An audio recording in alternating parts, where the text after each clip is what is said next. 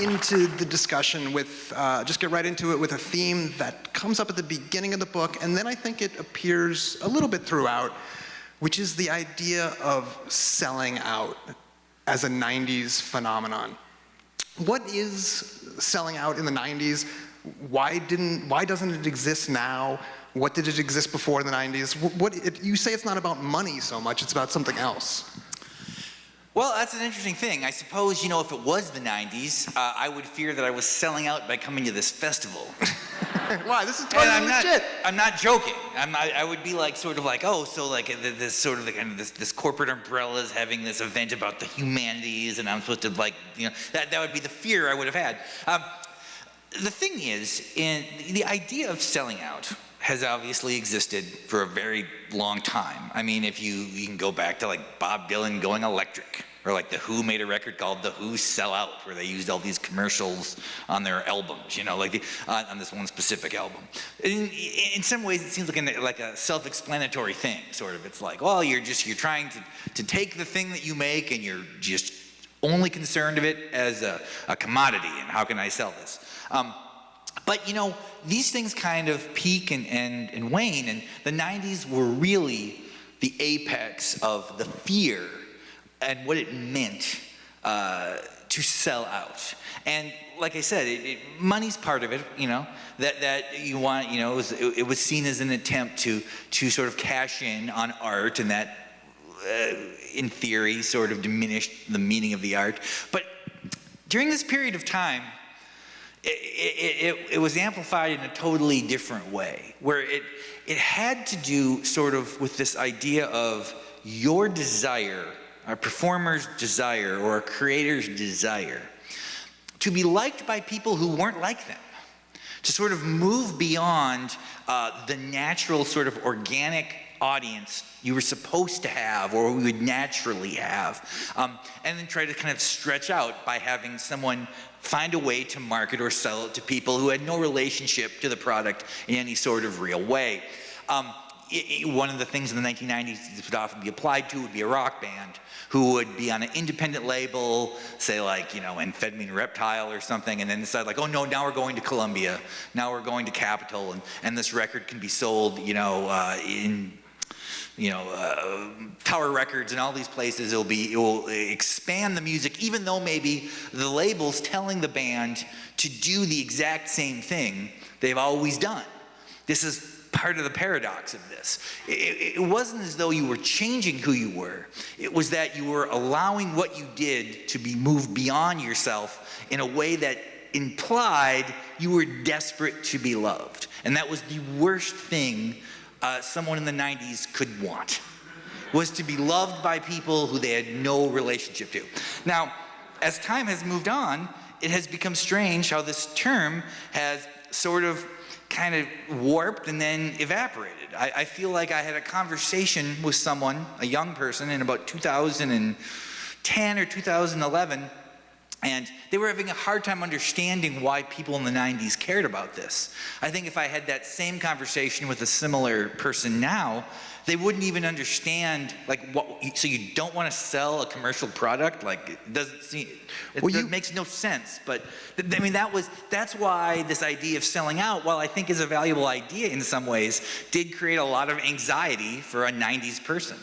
You make a point that I can't get out of my head, which is there's a difference between being against commercialism, which was a 90s phenomenon, versus being against capitalism, which is something that you see much more today. It wasn't that people in the 90s were against capitalism at all. Well, you could be against capitalism in the 90s. There's certainly people who were, but that was seen as an extremely fringe idea. Especially since the Soviet Union had collapsed and all these places that had sort of that had been against capitalism seemed to be failing. You could still be against commercialism now, although it's kind of antithetical to what we assume anyone who wants to sell anything is going to do. Like the idea of that, you know, if you make t-shirts, it's like, well, how can I make this more commercial to a larger group? But in kind of these large, kind of sweeping terms, yes, it was very different. It was in the 90s, the idea, say you found an activated, engaged, intellectual 20-some-year-old person, and you said to them, okay, so what is the biggest problem in society? They probably would say commercialism. The idea that people are taking things and then trying to sell them, that you hear Christmas music in the mall before Thanksgiving, or that like Kurt Cobain wears flannel, so now when you go into a department store, there's a whole rack of grunge clothes, and like wear flannel to be cool. Now that same person would say capitalism in all likelihood. They would say that capitalism sort of kind of infiltrates every aspect of like American life, or really maybe any Western life, and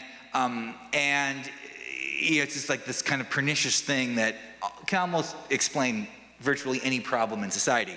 Now, the reason this is interesting to me is that while there are some similarities between these two ideas, because they both involve, buying and selling things and the meaning of that, if you're against commercialism, you are fundamentally saying that the things people are making and selling have value and are good. That like the thing that's wrong is the way they are packaged, the way they are sold. If you're against commercialism of a band you love, it's like this music is valuable. I don't like the idea of someone else trying to take this and give it to people who don't really care about it, Whereas if your fear is capitalism, it's kind of inherently pessimistic, because virtually every extension of your life is a foundation of how capitalism works. And in fact, the things you like most are the most troubling things. Like the things that people love are the things that really sort of prop up the capitalistic system. So while you can't say that a young person, you can't easily explain the difference between young people in the past and young people now, of course it's complicated. But a good place to start is sort of this idea of, is there sort of idealism based around a distrust of things being commercialized, or a distrust of things being sold kind of in any way? So are you saying that the 90s were a less cynical time? I think the 90s probably may have been a more cynical time, but a less pessimistic time. Because here's the deal, okay? Keep going. So, if somebody tells you that they're a cynical person, if they're like, I'm a pretty cynical guy, they're lying. They're trying to present a persona. Because if they were actually cynical, they would say they're a realist. A cynical person is saying, I recognize my opinion here is darker than logic dictates. I'm being cynical about it, okay? I'm taking a darker view on purpose. I'm kind of putting on a show for you. This is my personality. If they were actually cynical and had those ideas, they would be like, I'm a realist. This is how the world is, I'm not being unduly negative about this. This is just the real way it is. But pessimism is different. Pessimism is just a feeling you have kind of in yourself. And I do think that people are more pessimistic about how the world is going to kind of unspool in the coming 10 to 20 years. Where in the 90s, it was more common to think the world is going to be bad, but I'll be okay. That was a very common way of thinking. That it was sort of like the world's getting worse because, especially if there's just a kind of personality, I certainly have it. It's just like your natural tendency is to sort of use negativity to seem intelligent. It's sort of like, there's all these weird things. Like if you're gonna go see a movie or whatever, and someone tells you it's like, oh, it's very realistic. I mean, that means like someone's gonna die at the end, right? That's like a code for that. So when somebody says like the world is getting worse, you're kind of saying, and I know it, because I'm smart, right? But like the pessimism now has to do with this idea that's just like all these problems in society are completely beyond our control. Where I feel, and here again, this isn't all people, I can never speak for all people of a generation, even the generation I'm part of. But there was, I think, a view in the 90s that it was like, well, there's a lot of troubling things, but within these in this bad box I'm in, like I can have a good life within it. And which sounds to some ears now problematic. Like we're absolutely not, okay. Yes. So is that the result of, let's use the word like privilege, that if you felt, okay, other people are bad, but it's going to work out, everything's going to be fine, is that a healthy way to go through life? Or is what's happened since the 90s a more helpful way to go about things and saying, no, let's take these problems seriously? Well, I mean, that's a complex thing because if you view the way the world is perceived now as superior, it seems to be in conflict with everything getting worse. You know what I'm saying? Yeah. If somehow looking at your role in society as sort of like I can, the politics are personal, and it's like who I am is I can be the effect, the change in the world around. It's in conflict with how things are actually happening. I mean, if you look at the 90s, if you look at the 1990s and you're being critical of it, and you're saying, well, that seemed like kind of a selfish time. It seemed like a period when people were thinking about themselves almost as if society didn't exist. There's a quote in this book I wrote where like the singer of Rage Against the Machine is talking about how during the Clinton era, it seemed like for whatever reason, people wanted to look inward. They didn't want to look outward. And he uses that in a very pejorative way. I guess I see it slightly different in a sense. Like, I look at my life as small.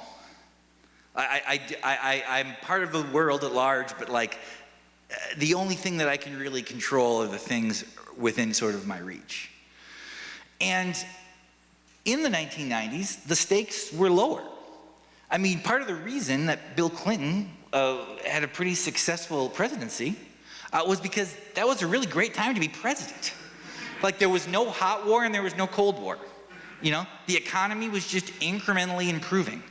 People worried about things like spotted owls in Alaska. Like, is it okay for Metallica to play Lollapalooza? Because just like these were like things that we talked about a lot, you know?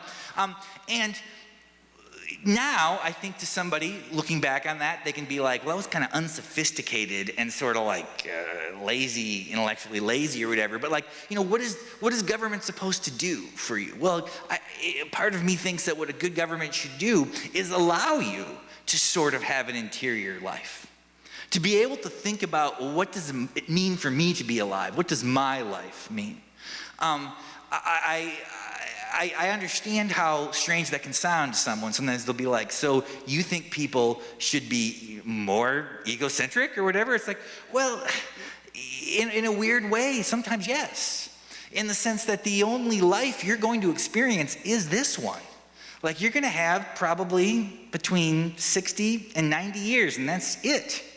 And your reality is gonna be what you remember from that time and what you experience and sort of how you understand the world at large.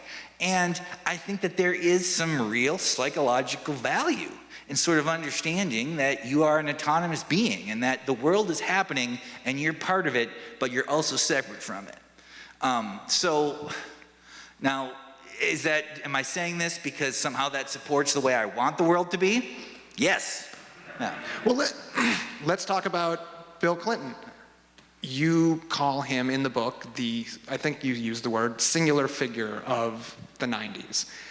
And you also, politics don't play a huge role in the book, but you talk about Clinton, and then you talk about the disputed election of 2000 and how after that everything kind of changed. Everything became more binary, the Supreme Court decision in particular. Bill Clinton involved even then, a lot of moral compromise. It's hard to explain Bill Clinton now to somebody who, like, I voted for Bill Clinton, and now I look back and think, well, I guess, compared to the opposition, but I don't know. I feel a little dirty doing it. Here's part of it. I mean, it's the idea of looking at a political candidate and making a decision based on what you assumed their personal morality was in the 90s was a right-wing concern. Right. Whereas now it is more of a left-wing concern. So like when, for example, in the 2000 election, just before it happened, like a couple weeks before it happened, the news came out that George W. Bush had gotten a DUI when he was younger, okay? It's unbelievable to think that this is not that long ago, but it was like this was an unknown fact, that this guy got arrested and like ran for president and no one, you know, it didn't get presented until like 3 weeks before the election with the idea that this would damage him among people on the right. It really didn't have any effect whatsoever. Didn't we know like 15 worse things about? Well, at the time, you know, but here again, this is how we change our memory of things. And like, okay, when people get upset about this book I wrote, the main thing that they get upset about is that they kind of feel like I am not looking back on this period with the understanding of how the world seems to us now. My goal was to sort of write a book that made it seem as though this is what the experience of living to the 90s was like at the time, okay? So now we have all these ideas about Bush and Gore and all of these things, but you know, there was a debate that George W. Bush took part in, and it was in Arizona, and at one point in the debate, he starts speaking Spanish. Not very well, but he does, okay? And that was seen as sort of like, he's a humanitarian conservative. It's like, this is like he is attempting to sort of to reach out to people that somebody like Pat Buchanan would have never cared about or Newt Gingrich would have never cared about. Like, that was sort of the idea of Bush going into that election. The other thing that I write about a lot in the book that is you know, people hate hearing now, but up until the day after the 2000 election, the overriding perception was that Gore and Bush are almost identical. You know, that one went to Harvard, one went to Yale. They were both white guys about the same age. They both had fathers who were involved in politics. Gore had been running against Bill Bradley for the nomination. Bill Bradley was more liberal, so Gore kind of moved back toward the center where Clinton had been, and he was kind of in Clinton's, you know, shadow, of course. Bush was seen as a center-right candidate. He did not seem like a hard-right candidate. The idea of Cheney and sort of the influence he had didn't really play any role in the way he was perceived before the election. Now, we don't think of this now. We think of this as like that was a decision that ended up sort of changing the entire trajectory of the country. But you know, at the time, like Ralph Nader was the third party candidate, but it was not seen as voting for a third party. He was more seen as the second party. That most people were voting for Gore or Bush were essentially voting for the same person. It just mattered like what their personal party affiliation was. And that you know, that if you wanted to vote for Nader, you could, you know, in all likelihood, it wouldn't make that much difference anyways. And it was a way to sort of hold on to your kind of 90s integrity, this idea that like you didn't compromise anything, you know, you didn't sell out by just doing what everyone else did, and it wasn't going to be harmful. Well, of course, that caused the entire election to change, and, you know, if the people in Florida had voted not for Nader, but for Gore, then everything about the country maybe is different. But I mean, just getting back to your thing about Clinton, it's like, he probably is the defining, to me, he's the defining person of the 90s, simply because he was president for 8 years of it, you know?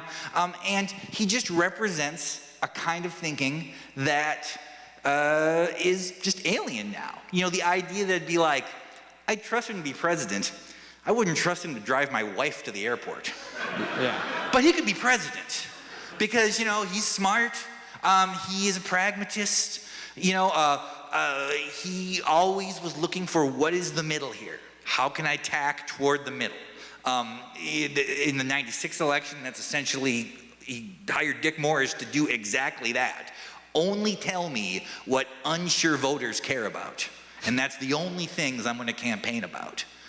Because you know, if people have made up their decision that they like me or they hate me, it's over. I only need these people who don't know yet. So that's why when, you know, in the run-up to the 96 election, the Democrats are suddenly interested in all these weird things that didn't seem very transformative. Like, it's okay for schools to require uniforms.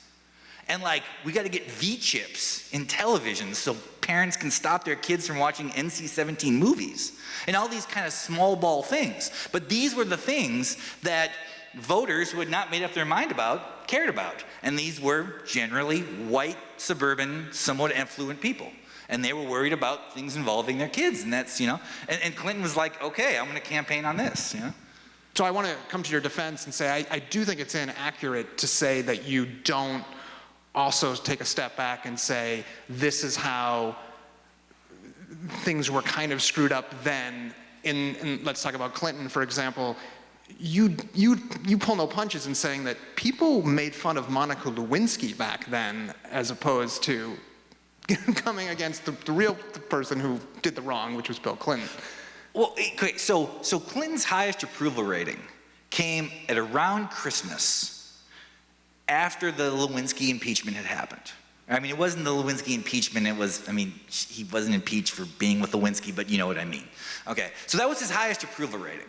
The Lewinsky thing had happened, and everyone was like, we support him more now. Now, at the time, there was a belief that this proved that the populace was more sophisticated than the media. The idea was that, see, the media keeps talking about this, but nobody actually cares, okay?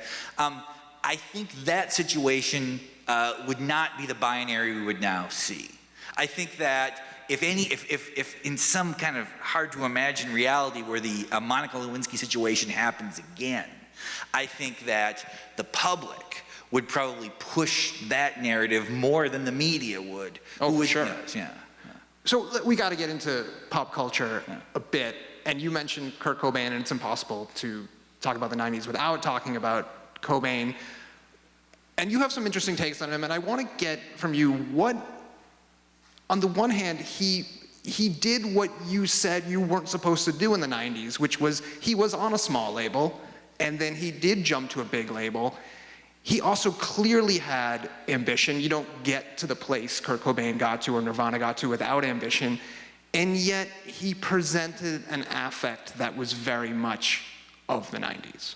Well, what you're saying is exactly true, okay? So Kurt Cobain did all of the things that, in theory, a sellout does, right? He's on Sub Pop, and he goes to Geffen, and he makes videos, and he goes on Saturday Night Live, and he goes on the cover of Rolling Stone. But like when he goes on the cover of Rolling Stone, he wears this shirt that says corporate rock magazines still suck, okay? When he goes on MTV and he goes on Headbangers Ball, he wears a dress. So it's like, oh, I heard it was a ball or whatever, kind of erodes the whole idea of what a show like, which was a metal show, a Headbangers Ball was about. The thing about Nirvana that is important, and the reason that they play a large role in this book, is partially for the music, but more for their non-musical impact. And the non-musical impact of Nirvana was the point where the underground of music becomes the mass culture of music. There had always been people who had been against the biggest band in the world. You can go back and you find like, the Clash say Led Zeppelin's awful, or Lou Reed early in his career was like the Beatles are trash. That had always existed. The Minutemen make fun of Sammy Hagar, all these things, Everybody made fun of Sammy Hagar, though. Sammy Hagar did get made fun of a lot. There's like several songs that reference people making fun of Sammy Hagar, but like he doesn't care because he's like, I'm rich selling tequila and selling sprinklers. Sammy Hagar made $1 million selling sprinklers. But so anyway, with Nirvana though, this idea of this underground band is now the biggest band in the world. So their entire ethos is based around this idea that they hate whatever is the most popular thing, the thing that you buy at the mall. But that's them now. So their entire identity is built on this. Their discomfort with what has happened to them, which they did, okay? It's a very complicated paradox, And then at the end of this, Kurt Cobain kills himself. So any idea that anybody had that it was like, this is all fake, he was faking the whole time. He was not faking, obviously. Like this contradiction between who he was and what he became and what he believed was so real that along with all of his other problems, he ended up taking his own life. And what this did is it moved rock music out of the center of youth culture. From basically, you could say with Elvis, but certainly with like the Beatles in '64. From that point on, rock music is the center of youth culture. It is sort of, doesn't mean everyone likes it or everyone has the same ideas, but it's sort of in the middle of what it means. It's the biggest art form that's ever been created, where the whole idea is this is for young people. It's still, pop music is the only art form where the opinion of a high school kid matters more than any critic. Like if we talk to like the most esteemed film critics, and then we talk to a high school kid about, P.T. Anderson or whatever, the opinions of the esteemed critics is going to matter more. But if like we're talking about like a Drake record and a 13-year-old kid says it's awesome, that matters much more than Robert Christgau or whatever. That rock music is built this way. That the idea that it's music and it's culture and it's art for young people. So that's where rock music kind of resides. But then, with Nirvana and grunge in general, rock music becomes self-aware. That the bands from that place at that time, they had watched the 1980s happen. If anybody here has ever watched Decline of the Western Civilization Part 2, it's a movie about the kind of the metal bands on the Sunset Strip in the 80s. And you watch that and it's depressing. You're basically seeing these groups who think that their life is going to be perfect, and they're kind of being manipulated by labels who are not really even interested in their music. They're just interested kind of in their hairstyles and the way they dress and what they sort of represent. So the bands from the 90s, they watch stuff like that. They know what happened in the 80s. And they see the idea of being a rock star as absurd and humiliating.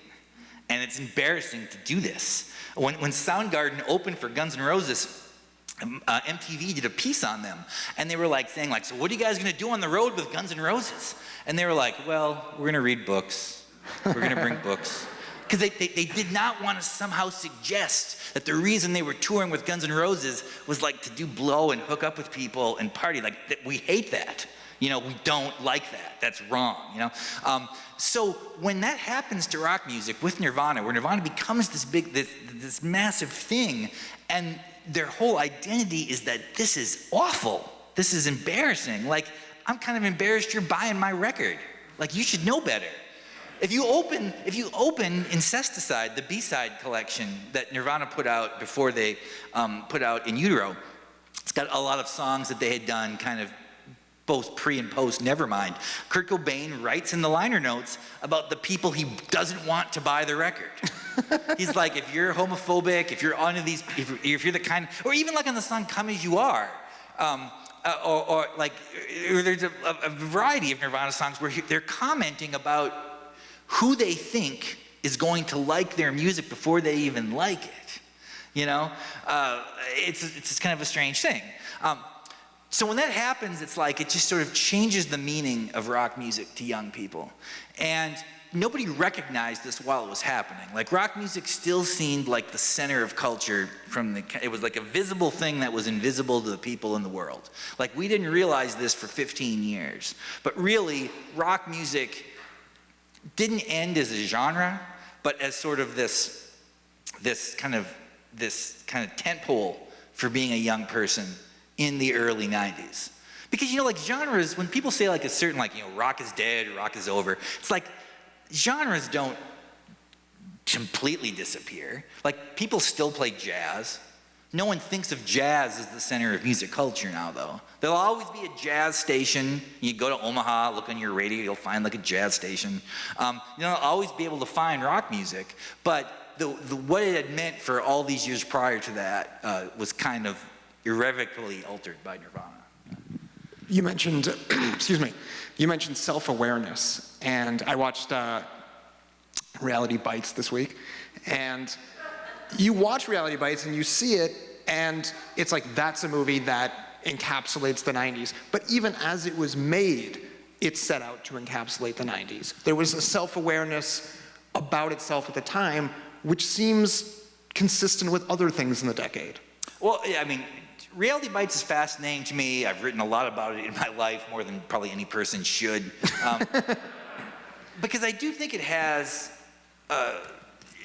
some kind of unique qualities. Okay, the idea of like a period piece in film, right? You watch a film and it shows you what life was like at that time. Say a movie like Saturday Night Fever. Okay, if you watch a movie like Saturday Night Fever, you're seeing a portrait of what disco culture was like, kind of in the bridge and tunnel sector of New York and during this time, you know.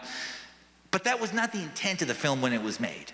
The intent of the film when it was made was sort of to kind of capitalize on this sudden popularity of disco music moving out of kind of the gay black subculture into suburban culture, and there was this whole world that existed. And it was like, so when they made Saturday Night Fever, they were trying to make a movie that would be like, this is what's going on now. It accidentally now is a period piece, the way the fashion is, the way the music is, the way the people talk. Reality Bites was different in the sense that there was an awareness that they were doing that at the time. That we're making a movie about what it's like to be a young person in 1994. This is what we're supposed to do. This is how it's supposed to be. Okay, the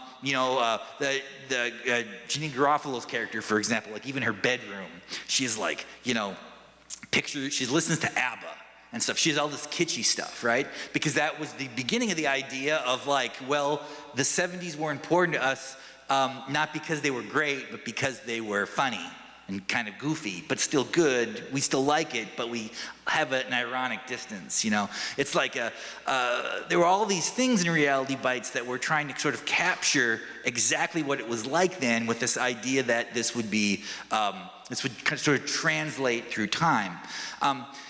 So what ends up happening is the central issue in Reality Bites is selling out. But the movie of Reality Bites is the sellout version of that problem. It's sort of like in the film Reality Bites, the Winona Ryder character, she is trying to make a documentary about her friends, and then she's convinced to sort of sell it to like kind of a kind of fake MTV channel, and it becomes this really kind of garish, kind of stupid, like beyond the real world type show.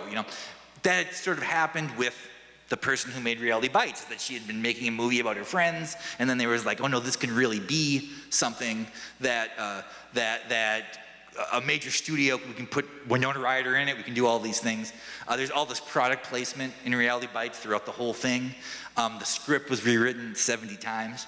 But the thing that I talk about the most, and that, and I'm sure there's some people in the audience who probably heard me talk about this 3 times throughout my life if they listen to podcasts, is that there's a unique thing about the love triangle in that movie. Okay, so it's Winona Ryder, and it's Ethan Hawke, and it's Ben Stiller. Ben Stiller. Okay, so Ben Stiller is sort of the corporate nice guy. Okay, he is the one who convinces her to sell her documentary to the MTV fake network. Okay, Ethan Hawke is like the Gen X guy from Central Casting. Okay, he's the epitome of every 90s male cliche of that period of time. Okay, he's a bad boyfriend, right? He's mean to her when he's talking to her. He seems to always be undermining her. He embarrasses her in public and all of these things. Right? But the thing plays out, and Winona Ryder ends up going with Ethan Hawke. She pushes. He's real, man. What? He's real. Well, because he was more real. He was more authentic. Okay. So now when that happened, when that movie came out, I was a senior in college in 1994. We watched the movie, me and my friends went to it. We were just about ready to graduate. I think it was actually in May. And then we watched Siskel and Ebert that weekend, which was it was like Roger Ebert and Gene Siskel, people from Chicago. They had their television show where they reviewed these movies. And they didn't like it so much. And their argument from both of those guys was that Winona Ryder picked the wrong guy. She's like, why would she go with this jerk, whose whole thing is reminding her that like she's not cool enough? Why would she pass up this guy who only wants to help her, and who just wants to be her buddy, and who like sees compromise as a reasonable part of life? Now we saw this, and me and all my friends thought, well, this is just an example of the difference between being young and being old. that any young person is going to see this and be like, of course you'd go with Ethan Hawke. Only an older person would say like, oh, you should pursue the guy who's got like more money and is more willing to compromise. But as it turns out, we are the only people who ever thought that. If you show Reality Bites to a young person now, they will tell you it's like, why is she with him? Like he's toxic, or it's like, it was just at that time. That was the only time, like 93, 94, 95, 96, where to a young person, it seemed obvious that authentic, uncompromising jerk was better than anybody who played the game, or anybody who seemed to be interested in how far can this get you, not what does it mean to you personally. And I think that's an incredibly significant thing, that an idea that I had assumed was about the difference between being young and old was really about the idea of being young in 1994. Which is the intent of I think you're supposed to, in 1994, come out of the movie believing she chose the right person. Yes, Yeah. I mean, absolutely. There was no, there was almost this sense that like, it seemed a little too obvious to someone like me. It's like, why would, of course, the cooler guy is better than the more successful guy. Do you think, my question would be, and I should ask my son to watch this, which is, do you think either character comes across good now? Stiller or Ethan Hawke? Well, I mean... Like she should have just run away. I mean, I think that if you're going to look at that movie from a perspective of not what does it mean, like what's its value? Like, is it a valuable movie? Is it a good movie? Is it an entertaining movie? I think the fact that all three of the principal people are flawed would be a point in its favor. Sure. Yeah. Ethan Hawke does not come off well now. I don't know if... He's got, I mean, I just watched it, and he is an asshole, but maybe as an older person now, I look and see that he had pain, right? There were things that were, there was a reason why he was what he was. Death of his father and stuff. Yeah. But that, I think that as an older person, like I'm gonna be 50 now or whatever, it's the certain things, like people sometimes wonder, like why people change over time, and it's not so much the age you are, but the fact that having a longer lifespan kind of requires you to go through a lot of things in life, and sometimes you get to an age when you're like, well, everyone has trauma. Everybody has something happen to them in their life. Everyone's parents die or whatever, Whereas when you're young, if your parents are alive, you see that and you go like, well, I can understand how that could change who he was. But when you're older, you're like, well, it's gonna happen. It's like nobody thinks their parents are gonna live forever. Right. Well, we've got to open it up to questions now from the audience. One thing that we did not cover, which we should have, and hopefully somebody has a question about it, is the internet, as the rise of the internet, which I'll just tee it up for any question, which is that you argue that the internet was both, it both came about in the 90s, but you could live your life without the internet in the 90s. Yeah, I mean, it's very easy to imagine a future where people look back at the end of the 20th century and they would say, well, the only important thing that really happened was the dawn of the internet. And that won't be an unjustifiable thing to argue. However, how we think the internet in 1995 was tends to be the way we feel about social media now. And that did not exist in the 90s. That's right. I mean, most of what the internet was in the 90s for the average person was a way to sort of make things easier that weren't that hard to begin with. It's like, I can get really good driving directions now to anywhere. I want to make chicken parmesan. Well, now I can just find a recipe, and I can look at porn too. It's right there. Oh, my fantasy football team. I don't got to subtract. I used to run fantasy football and fantasy basketball leagues. I used to take the USA Today from the week before and have to do all the subtraction. Every Tuesday, I would get the USA Today, and they had all the NBA statistics, and I would have to manually subtract how many points a guy had now, how many points he had last year. That was all gone, right? Now the internet did that for you. But yet if you ask somebody, like if we just randomly ask anybody in the audience here, like, what are problems with the internet? You might say things like, well, it alienates people, it's politically polarizing, it's damaging to kids, potentially, it helps you connect with people, but at the same time it makes you more alone. But these are all things that really begin in like 2003 and 2004. There were people who were on message boards and stuff in the late 90s, and there were aspects of that, but so many of the things that we think about the internet and its history are actually sort of new ideas, where we're taking the way we feel now and kind of imposing it on the past. All right, well, we've covered the internet now. So let's get some questions from the audience. I think we've got people from the festival. We're going to have 2 microphones on either side of the house, and we're going to take turns. So I'll come down here for the first question. So you talk about Bill Clinton, and what do you think about the theory that Bill Clinton, or together with Monica Lewinsky, they responsible for situation now for war in Ukraine?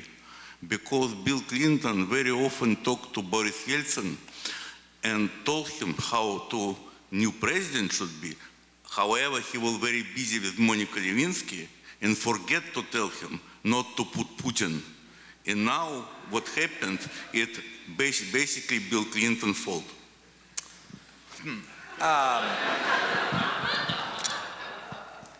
Okay, so I missed the middle part of that. I kind of missed.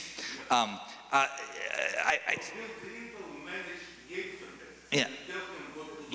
Oh, Yeltsin. Yes. Yeah, well, that's okay. There's a section of that in my book about this. How it's like we don't really talk about this now, but like basically, America dictated the 1996 Russian free democratic election. I mean, because like Yeltsin was in, I believe, 8th place out of 9 candidates, and he was a drunk, and he just didn't, But from the U.S. perspective, he was the best option over there, because it appeared that maybe the person who was going to win was the head of the Communist Party that was still existing over there. And Clinton liked Yeltsin. There's a story where like one time Yeltsin calls up Clinton in the middle of the night and he's drunk and he's like, we should have a summit on a submarine. And Bill Clinton's like, great idea or whatever, it's like, but anyway, but we hate talking about that now, especially because it involves Russia.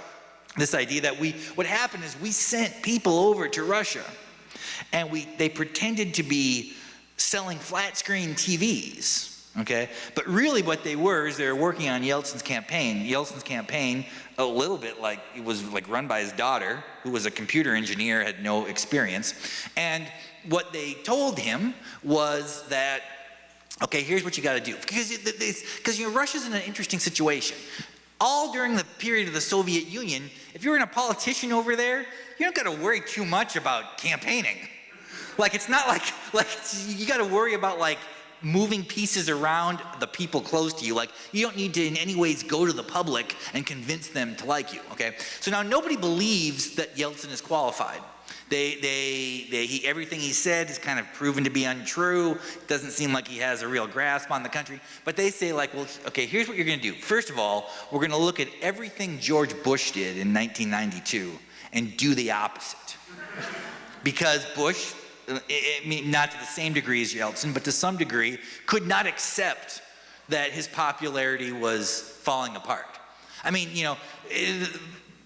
the first Bush losing in 92 is still one of the most baffling and really critical moments of the last 50 to 100 years. I mean, it's like Berlin Wall had fell, He'd won the Gulf War, he'd put this coalition together. It seemed as though he was an unbeatable candidate. The Democrats think we don't even want to waste like Cuomo or something on this guy. Let's just have this young guy from Arkansas run. He'll get some experience for 96. And then Perot enters the race, and Bush just refuses to accept he's going to lose. And they're like, okay, so we look at that.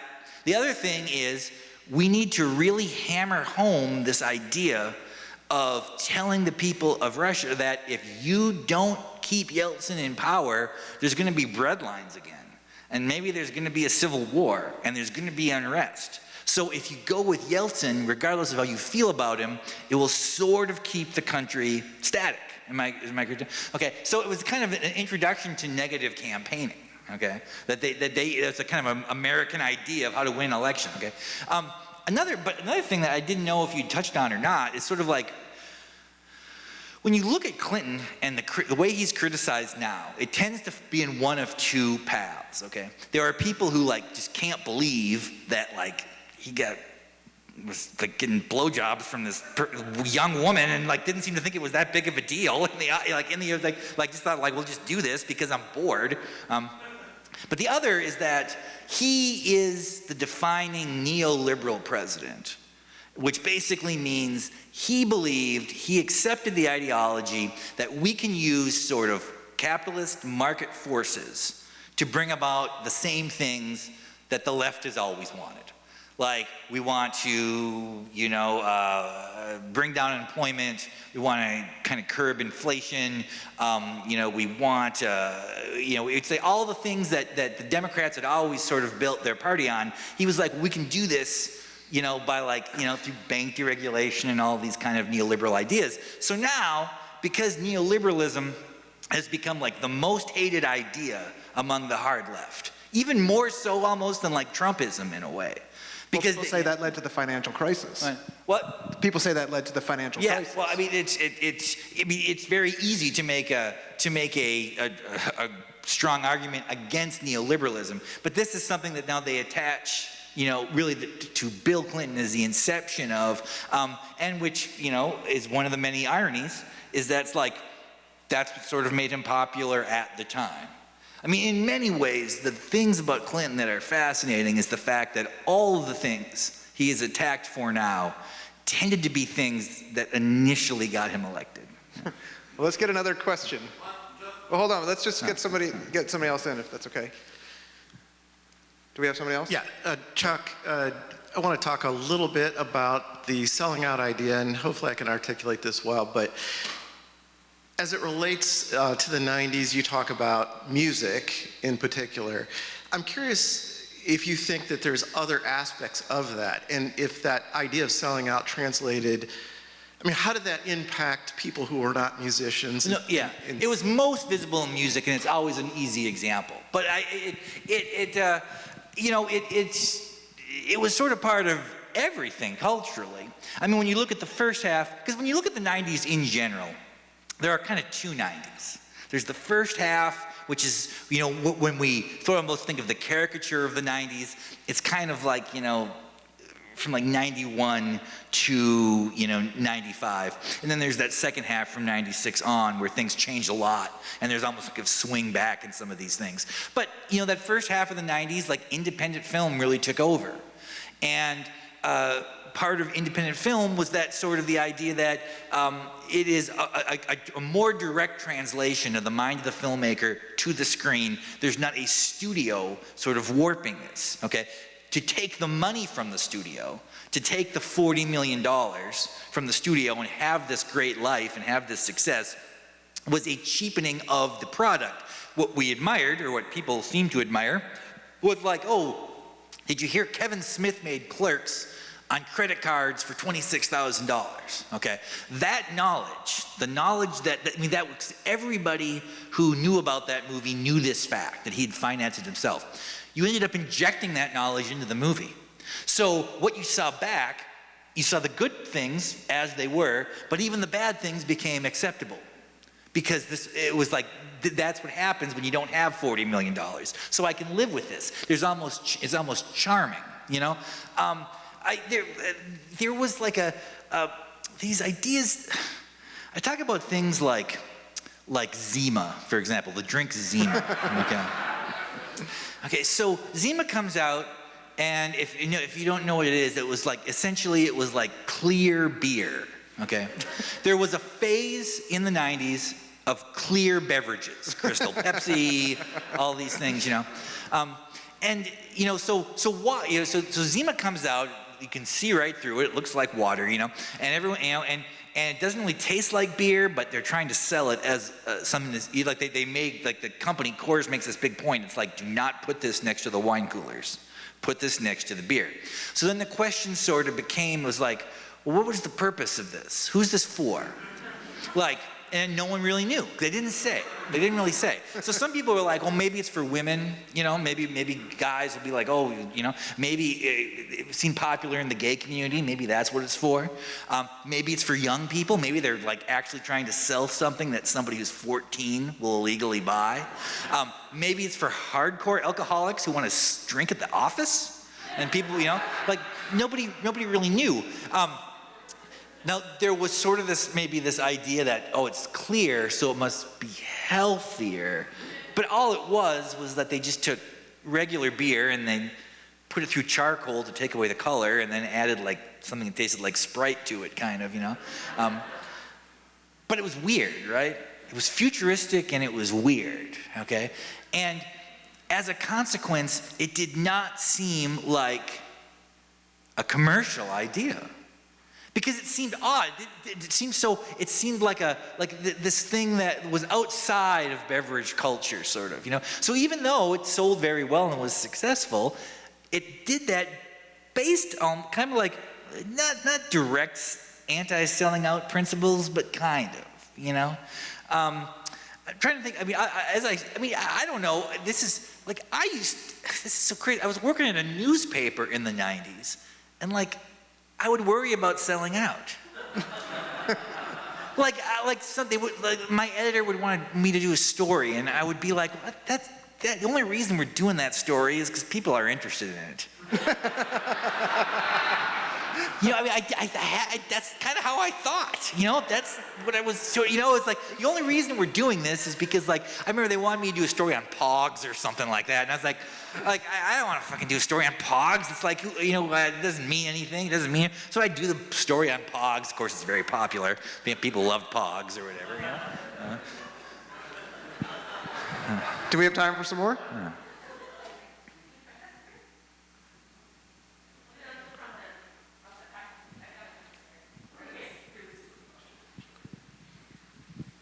Hi, so I have a question that actually isn't about the 90s, it's about your hypotheticals. Okay. If you did have 10 minutes that Jesus gave you, would you stay or would you go to the other place? If what? Okay, so this was one that really brought my friends and I together a long time ago. But if you went up to heaven and Jesus gave you only 10 minutes to decide, would you stay in heaven or would you go to this other place? Well, see, there's a question like this I posed but in my question there's a detail that you're jumping over, which is that let's say you die and you go to heaven, but it's exactly like the cliche of heaven. It's like there's clouds everywhere, people have wings, there are big gates, there's harp music, okay? So you're in heaven, you've made it to heaven. But it's sort of like, well, it's kind of like I'm in a play about heaven, you know? And then Jesus says to you, it's like, hey, great to see you, you know, yeah, I love you, I'm Jesus, you know, I love you, and my whole life is loving you, I've died for you, you know, and you can die, I'm welcome to heaven. However, and most people don't do this, but if you want, you can go to this other place, and it's not hell, but it's another place, so you don't have to be here. What do you do? Well, you know, first I would be like, I like making up these questions. I don't like answering them as much because I can't, because the idea with these questions is to present them to people and they got to give you the answer. But of course I came up with the question, so I've thought about this thing a lot. I think to myself, it'd be like, well, what am I going to do for eternity? You know, what am I going to do in this kind of foggy, seemingly boring world or whatever, you know? But I would think to myself, it's like, well, one of two things has happened, okay? Either I'm not actually dead, and this is some kind of projection my mind is doing because I'm in a coma or something, because this seems so weird that it's actually like a movie, that this really isn't happening at all, or it is happening, and that means many of the things that we have been told throughout our life that seem like myths would actually be true. If it turns out that you get to heaven, and heaven is like the way they do it on TV, that means that that origin myth came from a very real spot, which means I'm going to believe Jesus here. Because if this is how it is, that means everything I've been told in life actually is exactly as it is. That all of the weird ideas, those are the fake ones. The most basic ideas are true. And if the most basic ideas are true, it seems odd to be like, I disagree with you, Jesus.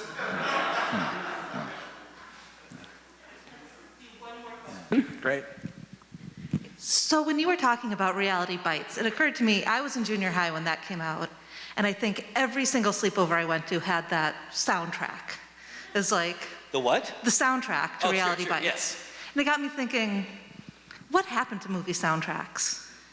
Because they well, were such you a know- big deal. Like Pulp Fiction Yeah. was another big one, and Yeah. like Reservoir Dogs, we like that one. I feel like one of the last really big ones was actually the Twilight soundtrack. Because the Twilight is a movie, not many people look at it as high cinema, but I mean, like Radiohead was on there, and there was like a whole, it was a very good soundtrack. I mean, what has happened with soundtracks is somewhat connected to the question of like what has happened with albums, which is that people don't really view music in that way anymore. Okay, there was a time in my life when I was in junior high when I had 5 and then 6 cassettes. Okay, that's all I had. Okay, and I would listen to those 5 cassettes constantly, and I would read the liner notes, and I would inject meaning into that music that like Ozzy Osbourne did not think of, right? Because I was having this intense, intimate, limited relationship with music, okay? Now, if you had told me when I was in 8th grade, okay, you can have this, you can have these 5 cassettes, or you can spend $9.99 a month and have 280,000 songs, I would have been like, I will take option B, right? It certainly sounds better. The unlimited bandwidth for music we have now is, of course, more desirable than the limitations of physical media. And yet, I know my relationship to music would be different. Like the way I feel about all music is sort of based on that foundational idea that I was putting myself into this limited world and getting as much out of it as I could. I think a lot of times when people talk about nostalgia, what they're really talking about is simply something that they did a lot, or saw a lot, or heard a lot, and they ended up getting more from that than the product actually warranted, okay? So with soundtracks, you know, it used to be somewhat connected to the experience of the movie. That if you love the movie, you might, you know, you saw singles or whatever, and it's like, I like this music, I'm gonna buy these bands. There was like a movie like The Graduate, where all the music is Simon and Garfunkel, which would have suggested in that reality that's the only music that exists. And there's all these, you know, kind of interesting ideas, you know. Those things I don't know if people have those feelings anymore. Not to mention the fact that, like, when you see a movie now, very often the music is from the past. Like there's a very high likelihood that if you go, like, I don't know, I haven't seen this new Top Gun movie or whatever, you know, but I would guess, my suspicion is that the music they're gonna use in that movie will probably have more of a relationship with the music from the original Top Gun than what's happening in music now. And I think that that the idea of someone caring about a soundtrack would mean that it's somebody who would have to care about new albums. I don't know if people do anymore. And I'm not even saying that in like some negative way. I mean, the album was a construct too. I mean, you know, the Beatles changed this really. I mean, they weren't the first band to make an album, but that's Sgt. Pepper is when people start thinking about records as objects of art, you know, and like, the idea of concept records and stuff. But if the original conception of albums had been 5 songs, that's what we'd think about. You know, it's a made-up thing. But as with anything, it's sort of like, are things better now or are things worse? For the most part, they're just different. But when things are different, they feel worse. On that note, let's end it. Thank you so much, Chuck Klosterman, everyone.